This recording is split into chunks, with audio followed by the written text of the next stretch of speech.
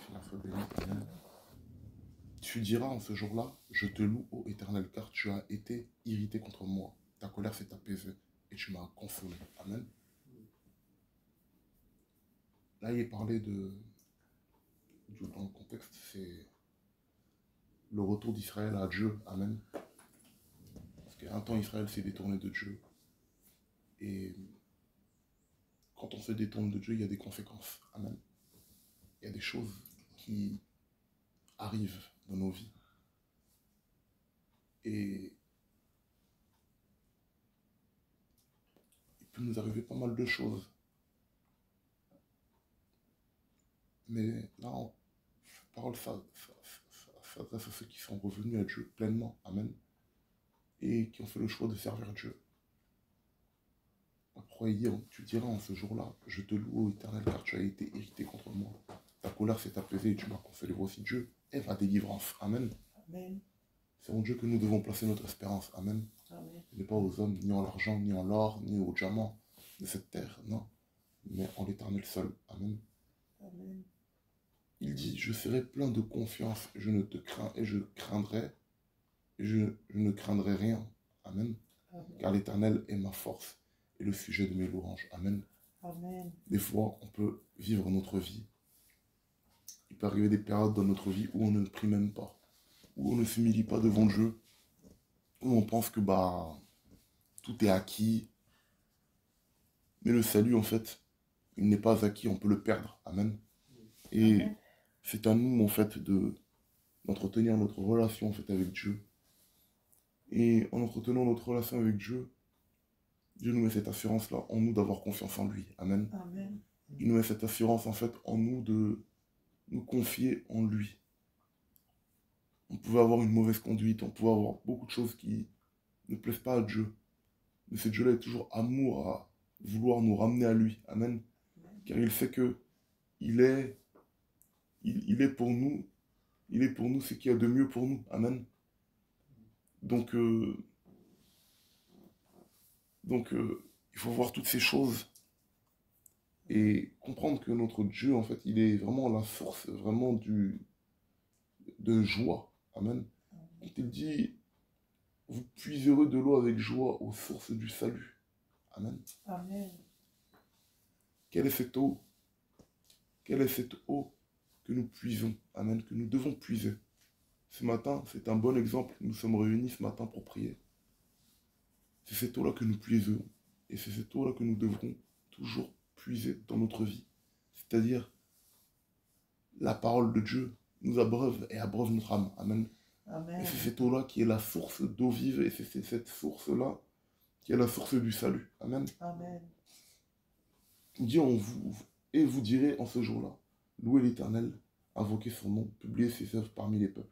Rappelez la grandeur de son nom. Célébrez l'Éternel car il fait des grandes choses magnifiques. Car il fait des choses, magnifiques. Qu'elles soient connues par toute la terre. Poussez des cris de joie et d'allégresse, habitants de Sion.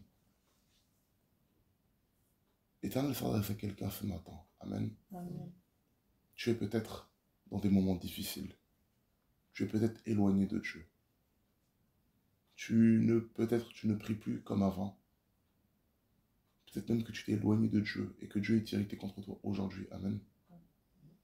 Mais Dieu a une alliance avec toi. Amen. Amen.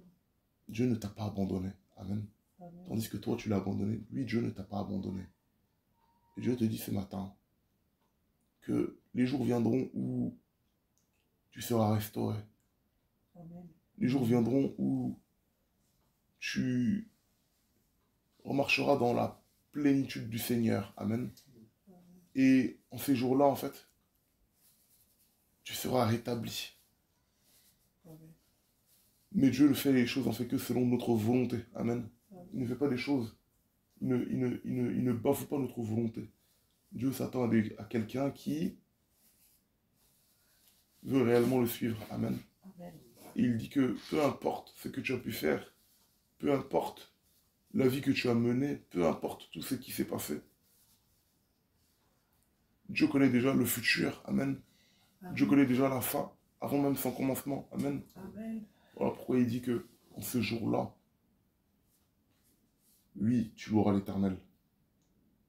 Car moi, l'Éternel, j'ai été irrité contre toi. Mais maintenant, ma colère s'est apaisée contre toi. Amen. Et je t'ai consolé. Amen. Amen. Il dit, voici, Dieu est ma délivrance. Amen. Parce qu'il n'y a que Dieu qui délivre. Quand on se repent et on voit les mauvaises œuvres qu'on a pu faire et qu'on s'humilie de tout notre cœur devant Dieu, Dieu est juste et fidèle pour nous pardonner. Amen. Amen.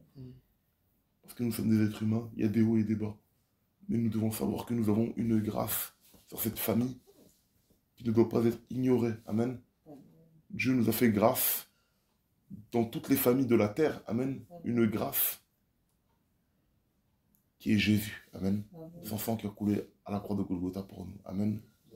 Voilà pourquoi il dit en ces jours-là. Amen.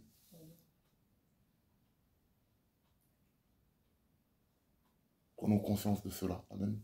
Cette parole a été écrite au temps où Jésus n'était pas encore venu. Amen. Voilà pourquoi Israël péchait. Mais le jour du salut n'était plus très loin. Amen. Et ce jour-là, c'était le jour tout simplement de Jésus-Christ venant sur cette terre, se donnant en sacrifice.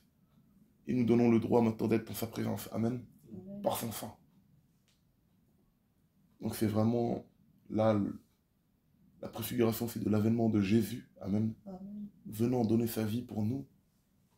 Pour que nous ayons ce droit-là de rachat par son sang.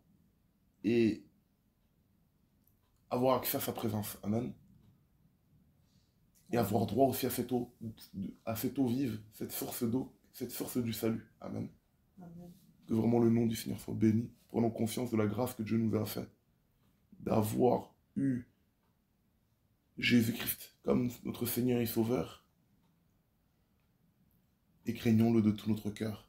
Amen. Et marchons vraiment selon ses voies. Amen. Afin d'avoir droit au salut. Amen. Amen. Et à la vie éternelle. Que le nom du Seigneur soit béni.